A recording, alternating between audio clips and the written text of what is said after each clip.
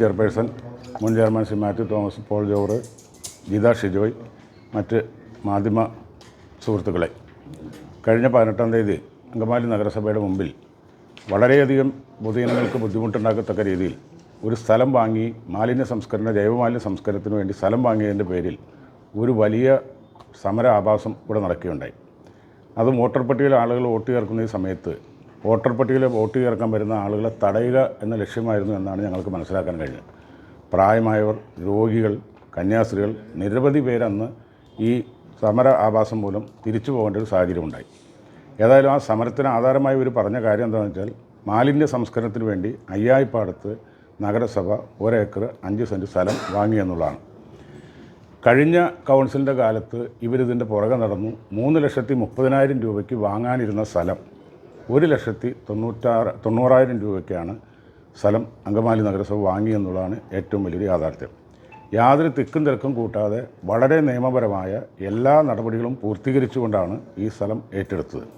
അതിനുവേണ്ടി ആദ്യം പരസ്യം ചെയ്ത് ആളുകളുടെ ഓഫർ കിട്ടിയതിന് ശേഷം ആദ്യമായി പർച്ചേസ് കമ്മിറ്റി 15/5/2005 കൂടി സ്ഥലപരിശോധന നടത്തി ഏകാണ്ടമായി അങ്കമാലി നഗരസഭയ്ക്ക് അനിവാര്യമായ ഒരു പരിപാടിയാണ് മാലിന്യ സംസ്കരണം നടത്തിയില്ലെങ്കിൽ ഇനി മുന്നോട്ട് പോകാൻ കഴിയില്ല എന്ന് ഏകാണ്ടമായി LDFും BJPയും UDF കൗൺസിലർമാരും അടങ്ങുന്ന പർച്ചേസ് കമ്മിറ്റി തീരുമാനമെടുക്കുകയുണ്ടായി. വീണ്ടും 23-ാം തീയതി പർച്ചേസ് കമ്മിറ്റി കൂടി. അന്ന് നെഗോഷിയേറ്റ് ചെയ്യാൻ തീരുമാനിച്ചു. അവർ 2.90, 2.80 ഇതൊക്കെ പറഞ്ഞ് നെഗോഷിയേറ്റ് ചെയ്ത് ചർച്ച ചെയ്ത് അവരുടെ ബാധ്യതകളും പ്രശ്നങ്ങളും ഒക്കെ ഉള്ള കാരണം നന്നായിട്ട് നെഗോഷിയേറ്റ് ചെയ്യാൻ കഴിഞ്ഞു. അത് മൂലം 1,90,000 രൂപയ്ക്ക് നഗരസഭയ്ക്ക് ഈ സ്ഥലം അങ്ങനെ നെഗോഷിയേറ്റ് ചെയ്തു. വീണ്ടും പർച്ചേസ് കമ്മിറ്റി 26-ാം തീയതി കൂടി സെക്രട്ടറിയെ ചുമതലപ്പെടുത്തി ഈ സ്ഥലം ഏറ്റെടുക്കുന്നതിന് വേണ്ടി. കൗൺസിൽ തീരുമാനപ്രകാരം 27-ാം തീയതി വീണ്ടും 13-ാം നമ്പർ പ്രകാരം സ്ഥലം ഏറ്റെടുക്കുന്നതിന് തീരുമാനിച്ചു. അങ്ങനെ എല്ലാ നടപടികളും പൂർത്തീകരിച്ച് ആദ്യം ലീഗൽ ഒപ്പീനിയൻ, വില്ലേജ് ഓഫീസറുടെ സർട്ടിഫിക്കറ്റ്, താലൂക്കിൽ നിന്നുള്ള വില നിശ്ചയിച്ചു തരൽ, അത് കഴിഞ്ഞ് പ്ലാനിംഗ് ഓഫീസ്, അത് കഴിഞ്ഞ് ജോയിൻറ്റ് ഡയറക്ടർ, അങ്ങനെ തുടങ്ങി എല്ലാ കടമ്പകളും കഴിഞ്ഞ് എല്ലാ പരിശോധനകളും പൂർത്തീകരിച്ച ശേഷമാണ് നഗരസഭ 2 കോടി രൂപ തനത് ഫണ്ടിൽ നീക്കിവെച്ച തുകയ്ക്ക് ഈ സ്ഥലം വാങ്ങിയത് എന്നതാണ് യാഥാർത്ഥ്യം. അല്ലാതെ ഈ ആരോപിക്കുന്ന ആരോപണത്തിൽ ഇവർ ഈ കായികാഭ്യാസം നടത്തേണ്ട കാര്യമില്ലല്ലോ. നിയമപരമായി അവർക്ക് EDയെ സമീപിക്കാം, CBIയെ സമീപിക്കാം, അല്ലെങ്കിൽ വിജിലൻസിനെ സമീപിക്കാം. സർക്കാർ സംവിധാനം ഇത്രയുമുള്ളപ്പോൾ ഈ കായിക ബലം കാണിച്ച് ആളുകളെ പേടിപ്പിക്കാമെന്നൊരു ധാരണ ഉണ്ടെങ്കിൽ തെറ്റാണ്. ആദ്യമായി എനിക്ക് പറയാനുള്ളൊരു കാര്യം അതാണ്. അതുപോലെ വികസന പ്രവർത്തനങ്ങളെക്കുറിച്ച് നിരവധി കാര്യങ്ങൾ ഇവിടെ ഞങ്ങൾ പറഞ്ഞത് തെറ്റാണ് എന്ന് പറഞ്ഞു. അന്ന് പത്രസമ്മേളനം അല്ലായിരുന്നു.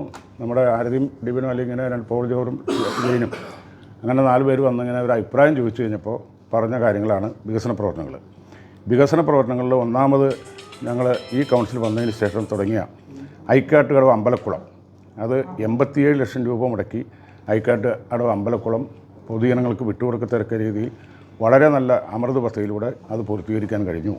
രണ്ടാമത് ഐക്കാട്ടുകടവ് നവീകരണം, പാർക്ക് നവീകരണം, അത് 90 ലക്ഷം രൂപയുടെ പരിപാടിയാണ്. 4 ഘട്ടങ്ങളായിട്ട് 2 ഘട്ടം ഇപ്പോൾ പൂർത്തീകരിച്ചു കഴിഞ്ഞു.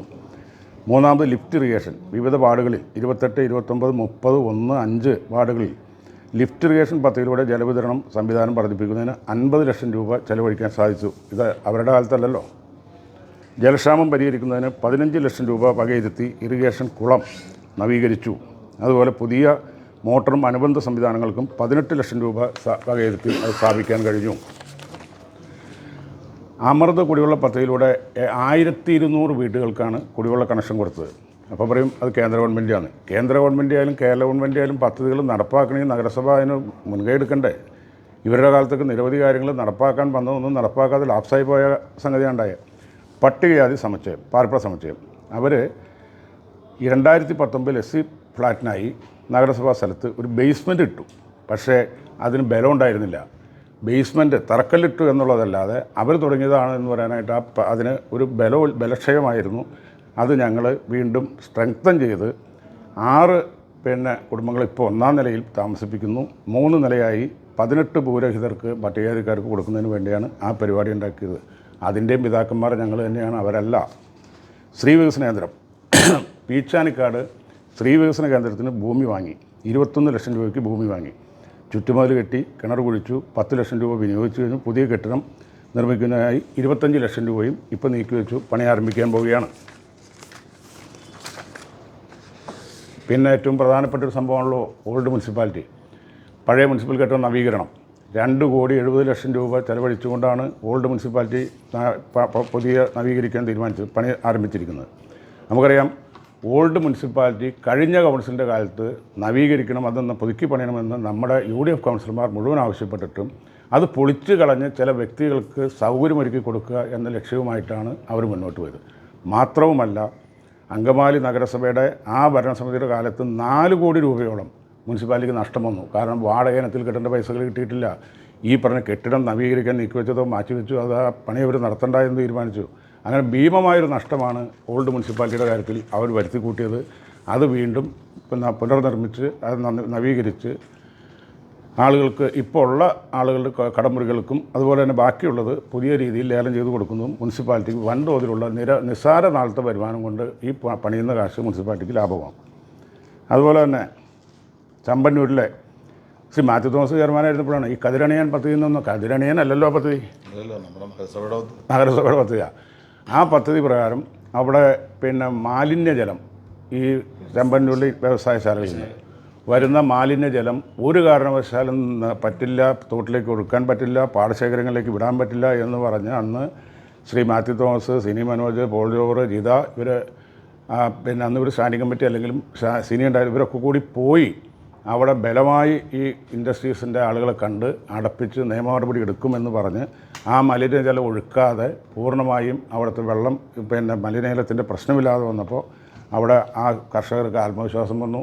നമ്മൾ കറണ്ട് ഫ്രീ കൊടുത്തു അല്ലേ, നിങ്ങൾ കറണ്ട് ഫ്രീ കൊടുത്തു, പോസ്റ്റിട്ട്, അതുമൂലം അവിടെ 100 ഏക്കർ സ്ഥലം കൃഷി ചെയ്യാൻ കഴിഞ്ഞു. അത് നഗരസഭയുടെ പരിപാടിയാണ്, അത് അവരുണ്ടാക്കിയതല്ലോ. നായത്തോട് ഇപ്പോൾ ഈ 14-ാം വാർഡിൽ ശ്രീ മാത്യു തോമസിൻ്റെ വാർഡിൽ ഏറ്റവും നല്ല സ്മാർട്ട് അംഗൻവാടി എത്ര, 90 ലക്ഷം, 55 ലക്ഷം രൂപ വെച്ച് അതൊരു ഏറ്റവും നല്ല, ഈ നഗരസഭയിലെ ഏറ്റവും മോഡേണായിട്ടുള്ള സ്മാർട്ട് അംഗൻവാടി പൂർത്തീകരിച്ചു കഴിഞ്ഞു. അപ്പോൾ അവിടെ ആരോഗ്യപാത നായത്തോട്, അത് എയർപോർട്ടിൻ്റെ അവിടം വരെ നായത്തോട് ചെത്തിക്കോട് നിന്ന് ആരംഭിച്ച് നല്ല ആരോഗ്യപാത നിർമ്മാണം പൂർത്തീകരിച്ചിട്ടില്ല, നടത്തിക്കൊണ്ടിരിക്കുന്നു. പിന്നെ ഏറ്റവും രസകരമായൊരു കാര്യം, ഹെൽത്ത് വെൽനസ് സെൻറ്റർ കഴിഞ്ഞ പ്രാവശ്യം ശ്രീ ഏലിയാസ് പറയണ കേട്ടു, അത് അവരുടെ കാലത്ത് കൊണ്ടുവന്നതാണ്.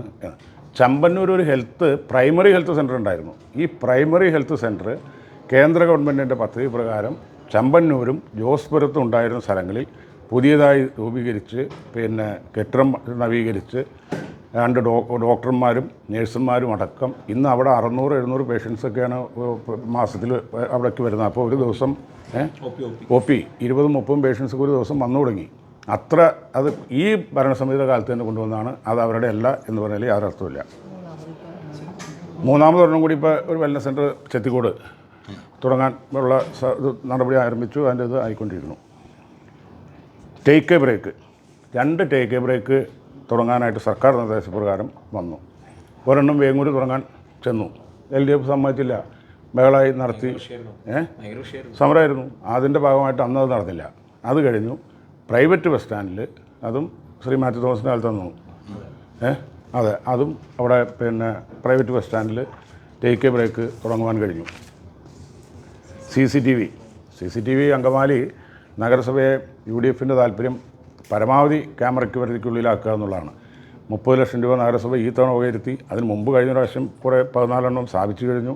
20 ലക്ഷം രൂപ MP ഫണ്ട് അനുവദിച്ചിട്ടുണ്ട്. അതിൻ്റെ എസ്റ്റിമേറ്റും കാര്യങ്ങളും നടന്നുകൊണ്ടിരിക്കുന്നു.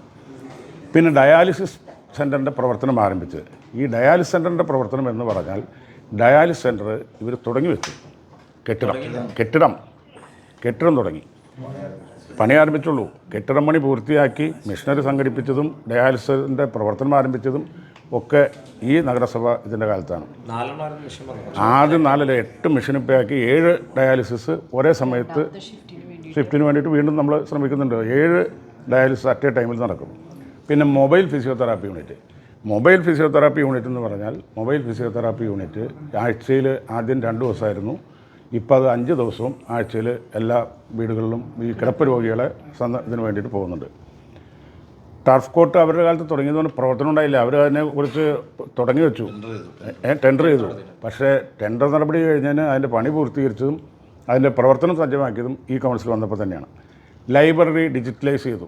വളരെ വലിയൊരു കാര്യമാണ്. കാരണം ലൈബ്രറിയുടെ ഡിജിറ്റലൈസേഷൻ്റെ ഗുണം ഈ പുസ്തകങ്ങൾ ഇവിടുന്ന് പലതും പോവുകയും പ്രശ്നമൊക്കെ ആയിട്ടിരിക്കുമ്പോൾ ഇപ്പോൾ ആരുടെ കയ്യിലാണ് ഇരിക്കുന്നത്, എവിടെയാണ് എന്നുള്ള നിലയ്ക്ക് അത് കഴിഞ്ഞു. ഹരിത കർമ്മസേനയ്ക്ക് ESI ആനുകൂല്യം നേടിയ കേരളത്തിലെ ഏക നഗരസഭ അങ്കമാലിയാണ്. ഹരിത കർമ്മസേനയ്ക്ക് യൂസർ ഫീസ് ഏർപ്പെടുത്തിയ ആദ്യത്തെ നഗരസഭ അങ്കമാലിയാണ്. ഹരിത കർമ്മസേനയുടെ യൂസർ ഫീയും അതുപോലെ തന്നെ ഡിജിറ്റലൈസേഷനും ഒക്കെ നടപ്പാക്കി. അതെ, യൂസർ ഫീ ഡിജിറ്റലൈസ് ചെയ്തു. പിന്നെ എറണാകുളം ജില്ലയിലെ ഈ ഓട്ടോ 2 ഉണ്ട്. അത് സർട്ടിഫൈഡ് പിന്നെ ISO സർട്ടിഫിക്കറ്റ് കിട്ടുന്ന എറണാകുളം ജില്ലയിലെ ആദ്യത്തെ മുനിസിപ്പാലിറ്റി. ഇവർ പറയണം ISO സർട്ടിഫിക്കറ്റ് മുമ്പ് ഉണ്ടായിരുന്നു എന്ന്. തെറ്റാണ്, വെല്ലുവിളിക്കാണ്, ഫേക്ക്. അതായത് ഞാൻ കളക്ടറെ ഞങ്ങൾ ഇതിന് ക്ഷണിക്കാനായിട്ട് നമ്മൾ പോയപ്പോൾ കളക്ടർ പറയാണ് ഏതിൻ്റെയാണ് ISO, ഫേക്ക് ISO ഉണ്ട്, ആ ISO ആണോ? അല്ല, ഇത് ടാറ്റയുടെ അതുപോലെ തന്നെ കിലയുമായി സഹകരിച്ചിട്ടുള്ള ISO സർട്ടിഫിക്കേഷനാണ് അവരുടെ കയ്യിലുണ്ടായിരുന്നത്. തെറ്റായ വ്യാജ ആളുകളെ തെറ്റിദ്ധരിപ്പിക്കുന്ന ISO ആയിരുന്നു. ഇതാണ് ISO, ശരിയായിട്ടുള്ള ISO സർട്ടിഫിക്കറ്റ്. പിന്നെ ഏറ്റവും കൂടുതൽ പദ്ധതി വീതം ചെലവഴിച്ചത് അങ്കമാലി നഗരസഭയാണ് എറണാകുളം ജില്ലയിൽ. അതിനകത്ത് പറയാം, ജില്ലയിലെ ആദ്യത്തെ നഗരസഭ അങ്കമാലി നഗരസഭ മാത്രമല്ല, കേരളത്തിലെ 6ാമത്തെ നഗരസഭ അങ്കമാലി നഗരസഭയാണ്. പിന്നെ ഈ റവന്യൂ കളക്ഷൻ 95% നമ്മൾ റവന്യൂ കളക്ഷൻ പൂർത്തിയാക്കി. പിന്നെ പീച്ചാനിക്കാട് ഗവൺമെൻറ് സ്കൂളിന് മറ്റേ ഗ്രൗണ്ട് ഫ്ലോർ മാത്രം അവർ പണിതു. ബാക്കി 55 ലക്ഷം രൂപ വകയിരുത്തി 1ാം നില പൂർത്തീകരിച്ചത് ഈ കൗൺസിലിൻ്റെ കാലത്താണ്. അത് വികസനമല്ല എന്ന് പറയാൻ പറ്റുമോ? അല്ലാതെ അത് അവർ തുടങ്ങിയെന്ന് പറയാൻ പറ്റുമോ? ഫർണിച്ചർ വാങ്ങുന്നതിന് 4 ലക്ഷം രൂപ വകയിരുത്തി. JVSൽ ടോയ്ലറ്റ് ബ്ലോക്ക്, കിച്ചൺ, സ്റ്റോർ, അത് 35 ലക്ഷം രൂപയാണ് അതിനുവേണ്ടി ചെലവഴിച്ചത്. അങ്ങനെ വികസനത്തിൻ്റെ നേട്ടങ്ങൾ പറയുകയാണെങ്കിൽ ഇനിയും എണ്ണി പറയാനുണ്ട്. പിന്നെ നായത്തോട് സ്കൂളിന് 35 ലക്ഷം രൂപ MLAയുടെ ഇതിൽ നിന്ന് ലഭിച്ചു. പിന്നെ സ്മാർട്ട് ക്ലാസ് റൂം ആരംഭിക്കാൻ കഴിഞ്ഞു. ഓഡിറ്റോറിയം മുനിസിപ്പാലിറ്റിയിൽ നിന്ന് 15 ലക്ഷം രൂപ വകയിരുത്തിക്കൊണ്ട് പിന്നെ അവിടെ ഓഡിറ്റോറിയം പണിതു, പൂർത്തീകരിച്ചു. കവാടമുണ്ടാക്കുന്നതിന് വേണ്ടി MLA 7 ലക്ഷം രൂപയുടെ അതിൻ്റെ ടെൻഡർ കഴിഞ്ഞു. അതിൻ്റെ പണി ആരംഭിക്കാൻ പോവാണ്. കോതോളങ്കര സ്കൂൾ നവീകരിച്ചു. ചെത്തിക്കോട് കമ്മ്യൂണിറ്റി ഹാൾ നവീകരിച്ചു. ജലാശയങ്ങൾ, കുളങ്ങളൊക്കെ നവീകരിച്ചു വരുന്നു. ഇപ്പോഴത്തെ RRFൻ്റെ പ്രവർത്തനം ഇപ്പോൾ ശക്തിയായി പ്രവർത്തനക്ഷമമായി മുന്നോട്ട് പോകുന്നു. MCFൻ്റെ പണി പൂർത്തീകരിച്ചു. MCFൻ്റെ ഏതെങ്കിലും MLA MP കൂടാതെ വേറെ ആരെങ്കിലും കുറച്ചുകൂടി ഒരു വലിയ ആളെ വല്ലതും കിട്ടുകയാണെങ്കിൽ അത് കൊണ്ടുവന്ന ഈ മാസം അല്ലെങ്കിൽ അടുത്ത ആദ്യം തന്നെ ഇത് ഉദ്ഘാടനം ചെയ്യും. ചെയർമാൻ്റെ ദുരിതാശ്വാസതയിൽ നിന്ന് നിരവധി പേർക്ക് ലക്ഷക്കണക്കിന് രൂപ ഇപ്പോൾ സഹായം നൽകി 2 പ്രാവശ്യം കൊടുത്തു. അത് UDFൻ്റെ ആളുകൾക്കെന്നാണ് അവർ UDFൻ്റെ എല്ലാം ലിസ്റ്റ് എടുത്തു തരാം. അവരുടെ കൗൺസിലർമാർ തന്നിട്ടുള്ള ആളുകളുടെ ഇടതുപക്ഷക്കാർക്കോ BJPക്കാർക്കോ ആർക്കും യാതൊരു ഇതുമില്ലാത്തവണ്ണം സഹായങ്ങൾ നൽകിയിട്ടുണ്ട്. പുതിയ റോഡുകളുടെ നവീകരണം, പ്ലാസ്റ്റിക് ബോട്ടിൽ ബൂത്ത്, ആ സംഗതി, ടിൻബിൻ, അതൊക്കെ നിരവധി സ്ഥാപിച്ചു. ജൈവമാലിന്യ സംസ്കരണത്തിനായി ഗാർഹിക ആവശ്യങ്ങൾക്ക് 4000 ബയോഡൈവേഴ്സിറ്റി പോട്ട് ബിന്നുകൾ, സോക്ക് പിറ്റ് എന്നിവ നൽകി. പിന്നെ അവരുടെ ഉള്ള കുറച്ച് കാര്യങ്ങൾ പാളിച്ചകൾ ഒന്ന് പറയേ പറഞ്ഞേ.